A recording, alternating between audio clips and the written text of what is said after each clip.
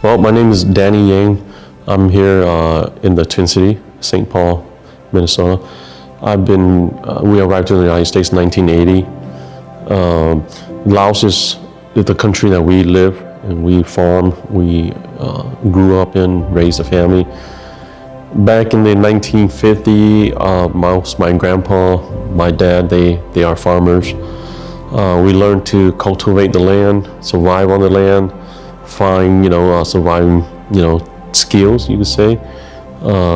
Learn to navigate through the jungle and find edible foods, like fishing is the most crucial one. Farming, like growing crops, like rice is the main key crops for us to grow there. Learning how to navigate the weather system, because it's a lot of rain during that time because it's a rainforest weather. So Laos is home to the Hmong people. We live there, and basically, a lot of our family, grandma and grandpa have passed there, lived there. So Laos is one of the memories that everyone have, as from a childhood to even grown old, being grandma and grandpa there. We came from southern China, and during the war, our great grandpa have gone to war with many emperors and kings in China, and so they had divided China into many parts, and we were the southern Chinese people, known as the Hmong people, meaning the free people. That's what it's translated. So we were having a lot of wars and division among them, and we migrated from South China to Laos, to Thailand, to even parts of the Asian community. But most majority move out, migrate south, and so some have also moved to France for education during the 1960s, just to get a better education and more freedom, a little better than Laos, because it is a communist country, but the homeland is there, so it's a homeland for the whole community. And right about 1975, where the war ended with the U.S.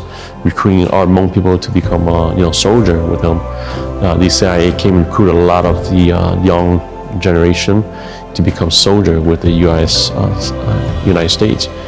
And Laos was a memory of just knowing war, surviving day by day.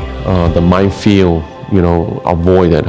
Many got killed just walking through some leftover undetonated bomb that's still sitting there, or the rocket that dropped to the land and it burst into flame.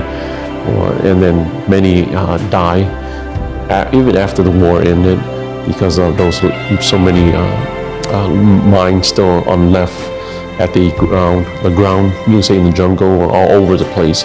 So it's a disaster. It's the most devastating time in life.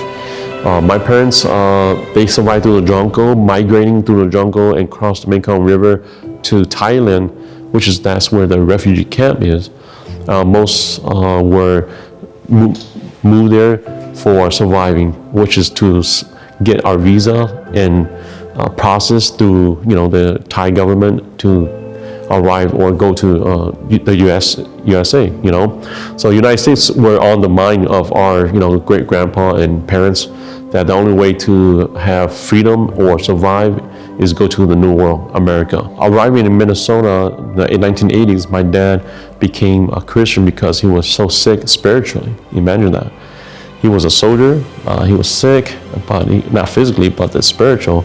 My uncle took him to numerous doctors, shamanism to heal him, but he couldn't be healed. They said, a fortune teller told him that he's sick in spirit.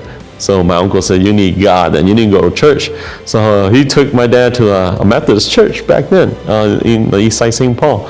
And so I have an uncle that was a pastor there. And so my dad started to drive, he drives school bus, and he pick up people everywhere to go to church every Sunday morning.